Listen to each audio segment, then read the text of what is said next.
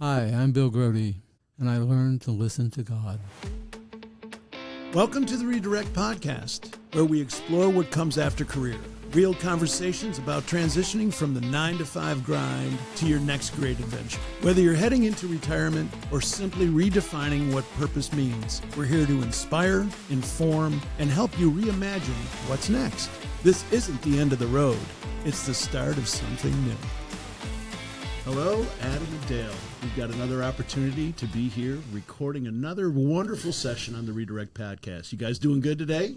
Ready to go. It's going to be going. Let's go, yeah. Fantastic. Great. Well, you know that the Redirect Podcast is about having conversations and finding purpose in retirement. We've had many conversations that help us in our life journey during our career years, as well as the next 30. So, did a little look in some scripture. And it's written multiple times that God hears us and will speak to us. Jeremiah 33, verse 3, "Call to me, and I will answer you, and tell you great and unsearchable things you do not know." Isaiah 58:9, "Then you will call, and the Lord will answer. You will cry for help, and he will say, 'Here I am.'" Matthew 7, verse 7, "Ask it, and it will be given to you. Seek, and you will find. Knock, and the door will be opened to you." And then, of course, there's 1 Samuel 3, where the Lord is calling to Samuel, and he thinks it's Eli, and we sort of know that story, those of you that are versed in the Bible, but it's a great little chapter about hearing God in the middle of the night and recognizing his voice. So, with this introduction about God in our life, God present, that we've had on this podcast many, many times, I have a question for you guys. Have you ever had a conversation with God where you ask and he answers? You know, I can say I have. Years and years ago when I was a senior in college, I feared having a boring career and a boring wife, and I just said I want to make sure that I was going to do something of significance. And went out for a bike ride out in the country. I went to University of Illinois, Champaign-Urbana, Illinois, and I'm out in the farmlands. And I literally screamed out to God, "God, what do you want me to do?" You know, I felt like I had a calling. I just said out loud by myself. And at almost the exact same moment, I almost ran over a loudspeaker that was sitting in the middle of the road. It was just one of those big car speakers. And I froze. I literally froze and said, "Do you want me to speak for you?" And I all of a sudden had this feeling like God was talking to me. And oddly enough, I buried the thing. I picked it up, put it inside of the road. I wanted to freeze the moment. I didn't want to lose the moment. I wanted to record it somehow and know that that conversation happened and it was right there, and took off. And I'd never felt such a sense of asking and getting a response, I think. What did you do? I mean, you asked him, "How can I speak for you?" Then what did you do? I had to make a decision about where I was going to go work. It was senior year, and that Sunday I went to church at my local Newman Center Church at University of Illinois. And I was trying to make a decision whether or not to go back to Chicago or go to Cincinnati, Ohio, and work for Procter & Gamble. And the minister that was giving the sermon looked out and I swear he looked at me and just said, "You know, there's devil worshiping in Cincinnati, Ohio." And I felt like, and it was a takeoff on all the rumors that at that time had been being spread by competitors of Procter & Gamble, that the moon and stars were, it was... But all of a sudden it was like, that's my action. Wow. If I'm going to go do something, it's going to be there, and try to follow that lead. Wow. Adam. Very cool. I would say these moments where a speaker appeared in the road, or, like Paul experienced in his road to Damascus. I don't think I've had that kind of encounter. I've had plenty of instances where I've spoken to God, wasn't really crafted in listening all that well. I have had plenty of instances where I knew that I was being influenced, directed, encouraged, motivated to go do something or get an answer to something I was looking for. I have had instances where, interestingly enough, the most clear, direct answers to prayer that I've had, coincidentally, have most of them been no's. Like, no, you cannot do that. You cannot have that, which I think is great. The worst thing in my imagination is a maybe, a not now, or a no answer. Yes or no is great for me. Mm-hmm. So, yeah, I have had encounters with God where I knew it was God talking to me. Wow. I've never had the audible voice that I hear people have experienced. I don't know if that's because of wax buildup in my ears. Spiritually speaking, yes. Spiritually speaking, yeah. But you know, I when I get retrospective and think about things in my life, times in my life where I was struggling with something and reaching out in prayer or just being quiet, and looking back at how things had transpired, I'm like, there's something else here. You could see God in the results. No doubt. But I'm always intrigued by individuals that have asked a question, and like you were saying, you know, even if you get a no, at least you get a no. And how many times have I said, God, you know, what network are you on? You text, voicemail, email.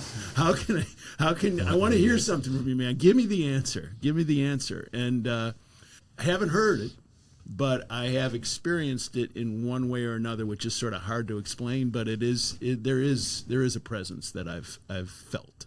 Yeah, I don't know a lot of people who think that God speaks to them in like audible, tangible, whether or not the ambient folks could hear it, but God speaks in ways that God speaks to people in ways that his people can know and hear his voice. But that's not like literal. So it's like the gut thing. When you have this gut feeling, or you have this feeling Intuition. inside that I have to do this. The interesting thing about it is you'll get that feeling, and a lot of times it's not what you expect. It's something new that came up that normally you wouldn't have thought of. I mean, in times like that, it's just like, okay, that's the check. When that's the, you know, you're asking for something, you're kind of have your own answer in your head, and you get it, and then something else comes in. I think we're going to find out a lot about it today with Bill and his life. And Brian Tome has a take on that he says, I know it's God speaking when I have a thought that doesn't sound like me. It doesn't sound like something I would say. Right. It sounds like his own voice, but it's a thought that he wouldn't have had. It's going to be fun. Yeah. Yeah. So today, let's talk about Bill Grote, today's friend of the Redirect podcast. Bill grew up in the suburbs of Cincinnati after graduating from the University of Cincinnati with a degree in political science. Bill's first job was a management trainee for a leading grocery store chain. Bill had always been fascinated by computers, and after high school field trip to IBM, Bill decided to pursue a career in IT, in electronic data processing. I'm very interested in that. The department at Western Southern Insurance Company. For 45 years, Bill's been plugged into the IT industry and even launched his own consulting business. Bill's been retired now for 11 years. Bill's wife, Mary, encouraged him to retire. However, their time together was abruptly shortened when Mary lost her battle with cancer in 2018. After Mary's passing, Bill attended 2 retreats, which helped him grieve and to discover what's next. It was there that Bill heard from God and learned what God had for him next. Bill has been involved in a bunch of things since, including the creation and coordination of the Prayer Companions, a ministry of Good Shepherd Church, which has since evolved and is now called the Caring Companions. Bill, welcome to the Redirect podcast. Thank you. I appreciate it. I would love to start with a question. You know, we had a chance to get together a little bit, and we started talking about your switch into the IT industry. Tell that story. When I graduated college, I needed a job. I had always worked at grocery stores throughout my high school years and college years. So I signed on with the local grocery store as a management trainee. After a few months of that, I heard that the grocery chain was going to a computer site. So I said to the head of HR, I'd like to join the EDP department. He said very quickly, Bill, you don't want to do that. That's a bad career to move. All those people are is after $5 more an hour, and they don't stay anyplace.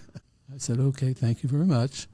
That means they're rejected. So I learned from another friend that Western Southern was starting up an EDP department again.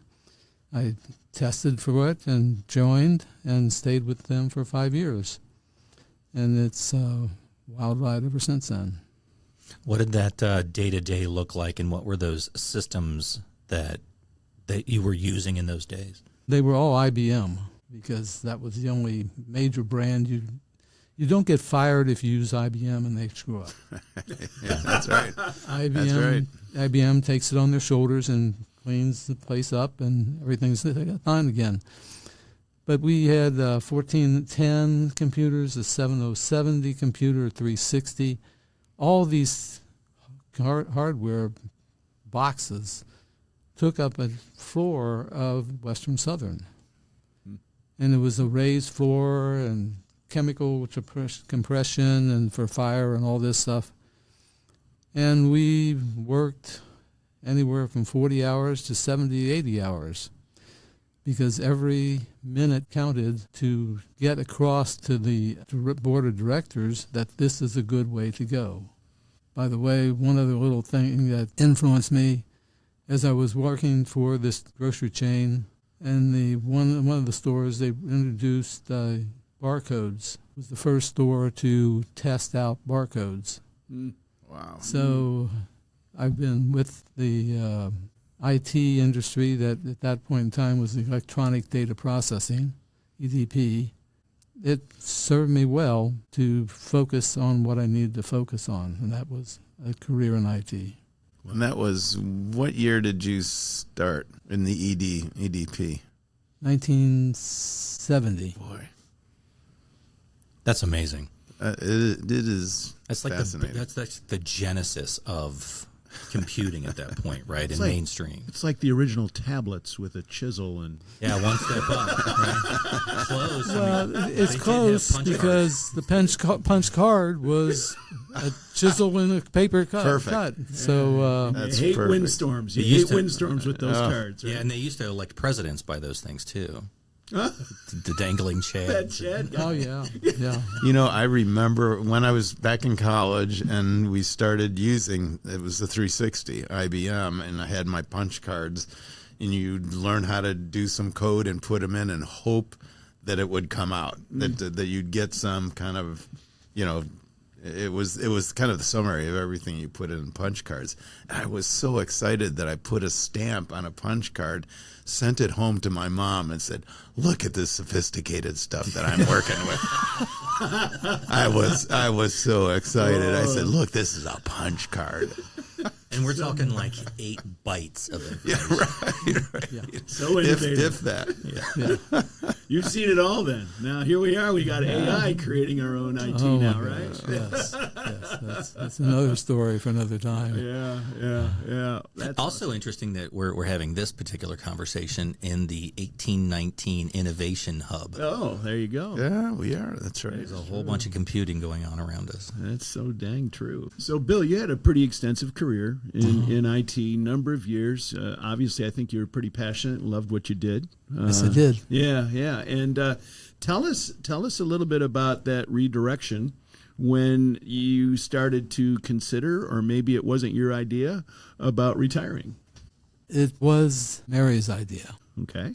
I was in a consulting job, and I was driving 4 hours a day and no sleep and 68 years old and come home dragging, and Mary said, "You're going to kill yourself." And I said, "Okay, give me 1 month and I'm out of here." Wow.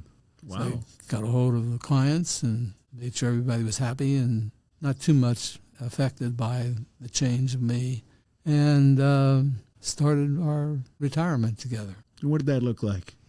One quick story about Mary, she was cooking dinner, I was in the living room. I thought, well, I'll go out and see what she's doing, and watched her for a while. And I said, hey, honey, you realize that if you do this instead of that, oh, you're already laughing. Minus one, Bill. yeah, minus yeah. one. No. This wasn't minus one. Minus one I could handle. My ego was shot. Oh. She said, William Allen, if I need your help, I'll ask you. You don't bother with asking me. I will ask you. If I want your opinion, wow. I'll give it to you. Yeah. Wow. Stay in So- that other room. This is my domain. Oh, yeah. Yes.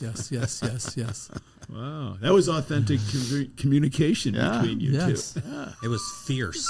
Fierce. Very, very fierce. Mary and I learned how to speak directly to each other. Well, that's great. That's great. So See- you were learning. Yeah. And the thing that I did, I talked it over with Mary, I always wanted to write a book. And a book about the church. And what I got from church and from reading books. And for 15 years prior to this, I was reading every book on the Catholic Church and Protestant Church that was available. Mm-hmm. So I had prepared myself. So Mary agreed that I get to spend the morning writing books. The first morning was there, and I'm all excited, go to the office in our house. It got you out of the kitchen, too. Oh, absolutely. She was smart. So I was really excited about it, and so I went to the office and turned on the computer, and pen and paper in hand, and nothing. I mean, nothing. So I got up from my desk after 4 hours of absolutely nothing, went in the kitchen, and told Mary. Mary said, well, how's it going? I said, I've written nothing. It's a waste of time for 4 hours. Where is it? She says, just write what you can write. Didn't you hear me? I just tried to write. No, you didn't. You need to write what's in your head, not worried about what the words are or the spelling is or the grammar is or anything like that. Just write. I said, okay, I'll try it. So the next morning, down again, and I started writing. It was a bunch of scribbly-gock. It was meaningless. It was like I opened up a dictionary and took out all the irrelevant words and put all them into my document, and it just didn't make sense. Mm-hmm. So I was uncomfortable, but I did it. To lunch again. Mary says, how's it going? I said, well, I wrote a bunch of gobbledygook, but I think I'm doing something. Well, she handed me a plaque, a wall plaque. Your life begins at the end of your comfort zone. I've had that on my wall ever since, because when I get uncomfortable with life, that's the beginning of my life. When I get really uncomfortable, that's when I have to do something. Wow. Time for a quick break. If you're liking what you're hearing, do us a quick favor. Hit that follow button, share it with your friends and family, drop us a quick comment, and then a 5-star review. It really helps us keep going and growing. Then head over to Instagram and follow us there too. Thanks for the help, and now let's get back to work.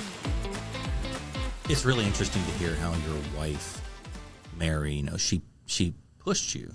Mm-hmm. She kind of held you accountable to what you had set out for yourself to do. Mm-hmm. Is that fair to say? That's absolutely fair. If I was on my own at that point in time in my life, I would have spent maybe 3 days and then just folded up and said, the heck with this. Too much effort. Mm-hmm. So let's talk about Mary for a second, if you don't mind. I don't. How did you start to begin your process of grieving and moving forward?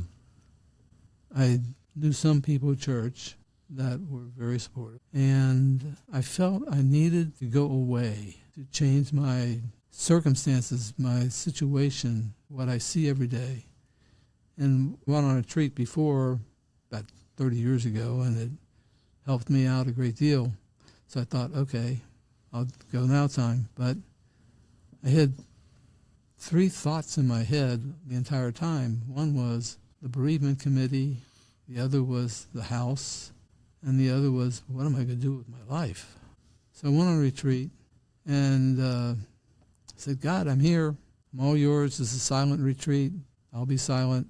So I walked around and joined in the prayers and the talks, and nothing was really hitting me. And then all of a sudden, the last day, I heard a voice, but I didn't hear a voice. Words were in my head. All of a sudden, they weren't mine. And the bereavement one was, yeah, Bill, you go ahead and join the bereavement committee. You're good. You're calming the presence. You've been through this, so everybody else gains from it. And then I said, okay, what about the house? Oh, no, sell the house. You're going to be too busy. I said, well, what am I going to do? And the voice said, go to school. And how old were you at this time? I was 72. 72 years old. Yeah. But the voice didn't say where, didn't say what, just school. So God puts things in your life. Parish, he has a bulletin.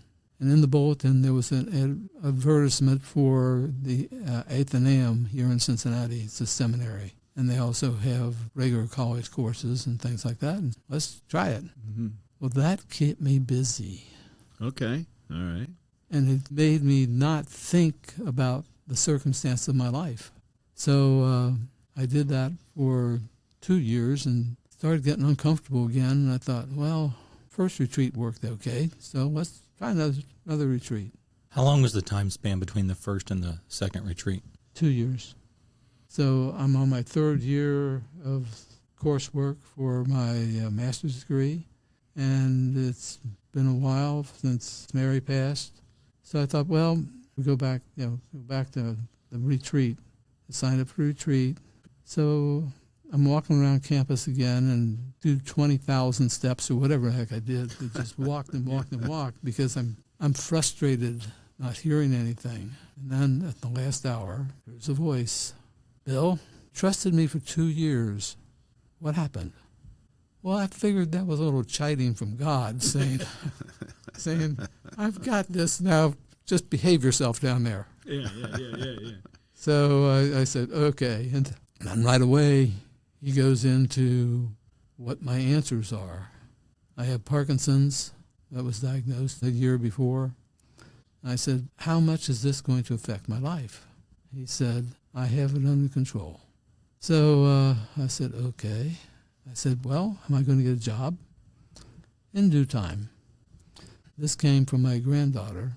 She said, Grandpa, you ever going to get married again?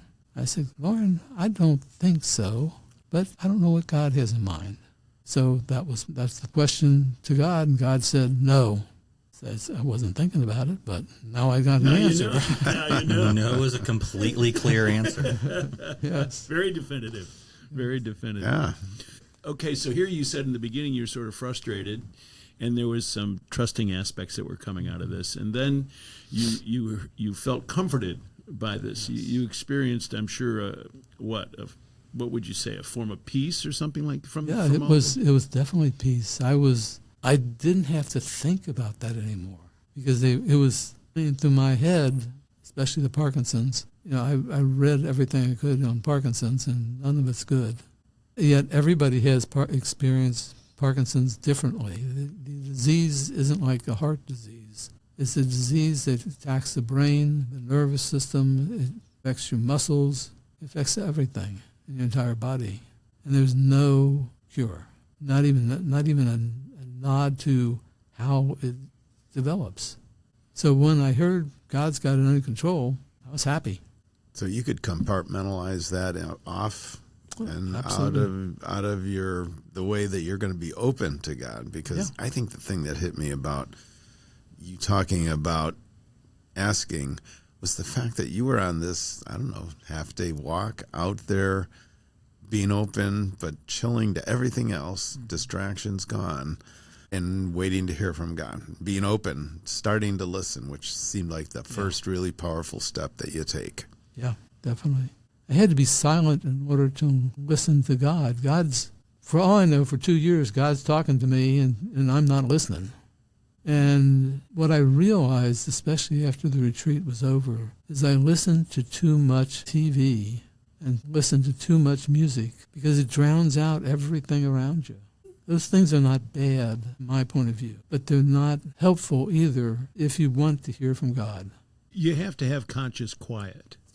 Right? That's an excellent way of putting it. Yes. With all the things that we have available to us that's in our pocket, we now have earbuds that go in our ears. We now have hearing aids that can take from our phone. So many times people I see, I'm engaged with it to a degree that all of a sudden I'm just going to plug in and I'm going to go for a walk, or I'm going to go work in the backyard, or I'm going to go sit around and just, listen.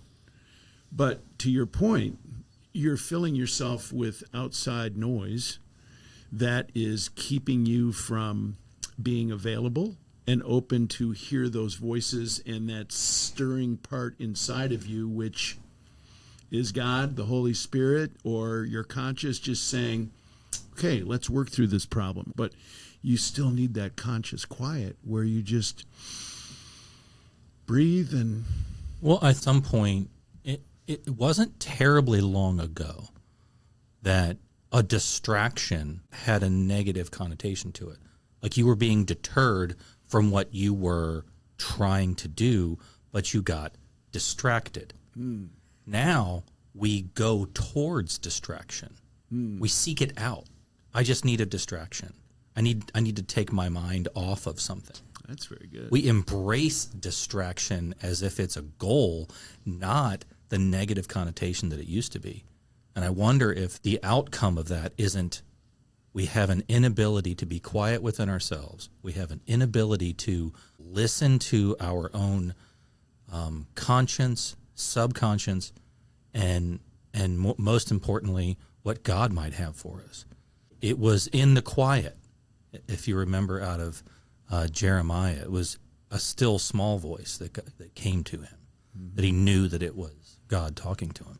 I don't think that's the only way God talks to you, but I think where you are in a distraction-rich environment, it is very hard to discern the voice of God, your own creativity, what good ideas you might be able to cultivate on. What's your take on that, Bill? Right on, because I did it myself. When I was growing up, I had a family and everything like that. If things got disruptive, I'd walk away and turn on some music rather than, hey, what's wrong? Can we talk? And it took a while for Mary and I to realize that we weren't talking to each other. We weren't even listening to each other. And we went through a very rough period for 2 years where we build our relationship back. And the last 25 years were the best 25 years ever because we talked to each other. And we set boundaries and rules that when you talk, don't be mean, don't be bringing up other stuff that doesn't matter right now. But let's sit down and talk about it. And the more we talk about it, the more that we both appreciated each other for the thoughts and the willingness, courage to deal with problems right away. And I love the authenticity of how you talk about you guys talking together. Because if there's one thing that I'm picking up now in our retirement or redirected years is that we certainly need to do this with our spouse or the people that are close to us, but we need to do it with God. How do you create that much better relationship with God? Have the opportunity to do it. Maybe you haven't because you were so busy. And I think back on how busy we were in life, and now there are a million distractions. But what a great example of we got to get authentic, not only about our relationship and talking with our wife or whoever's going to be in your life, but also with God. And that takes being silent and taking the time to listen, being very, very, conscious about doing it. Intentional. And building it in your routine. I think it's interesting that it's just dawning on me. So if you guys have had this thought the whole time, forgive me for catching up just now. Well, you are younger than us. You're not as wise. Right. Thank you for the reminder. We had an episode recently, Authentic Communication with Simon and Patty Foster, and that was all about communicating authentically between you and your spouse in this idea of a newly founded empty nest with two people home for retirement. It is just dawning on me that authentic communication, the same concept applies with your relationship with God. Yeah. That it's those same practices of listening to each other and considering each other, that not humanizes, that's the wrong term, but legitimizes the two-way communication between you and your God. And I think you have to focus yourself and train yourself to do that. And the reason why I say that, again, going back to Scripture, there's so many references about sheep and the sheep herder. And this is authentic. I've talked to people that have been to Scotland and see all these sheep out in the field, and there's thousands of sheep, and then this one sheep herder will come on up and make a certain noise, and his sheep will find him, and all the other sheep will just sort of stay where they are. So there's a training that's involved, that you have to be focused, you have to be deliberate, you have to be able to tune yourself into being open in order to be receptive to hear his voice. And you know, again, that voice to me is something inside that makes me want to do something that really wasn't my idea, that we've sort of talked about here today. And I think the sheep thing is a perfect thing, of that those sheep are trained to hear that specific voice and will. And just as those sheep herders know the bleat of their sheep, will be able to know when they need to help them. And I think we have to sort of think of ourselves in that way as in the process of developing everybody talks about, okay, I'm going to develop my plan for retirement. I got a plan. Wow, where in that plan is getting quiet, and God comes out in a lot of these plans. I'm now going to do more, stuff with charities and service. Yeah, it all comes out. Where in the plan are you putting in time to be quiet, get undistracted, and listen? Which you have more time now. But you're convinced that you're going to hear his plan. I don't know how you do that without taking time. And Bill, your life, the last part certainly is really kind of indicated that for me. I mean, it's just saying, wow, that's got to be a big part of the plan. Was it in your plan? Was it in your original plan? After you saying all this stuff, it's a personal choice. Okay, yeah, in my plan, the number one thing as far as when my priorities is faith. And that some of that is serving. Some of that is getting on my walks and doing devotions, and now listening to the Bible. But now with you just saying this and us having this conversation, you need a column for listening. Is it a checklist? Mm-hmm. Is it something that I'm really authentically doing, or is I'm saying, oh, it's on my plan, so I'm going to go out and walk for a mile, I'm going to listen to this devotion. Okay, now I have to listen to the devotion, turn off the noise, and think about the devotion and see how that devotion is applicable and what I'm going to do about it, as well as what might be coming in front of me that's involved, because I was listening to that for a reason, right? Nothing's coincidental. Everything is by design. Personally speaking, how hard is it for me to stop? How hard is it for me to get up and first thing in the morning, maybe listen or take that time? And I find, well, maybe it's late at night.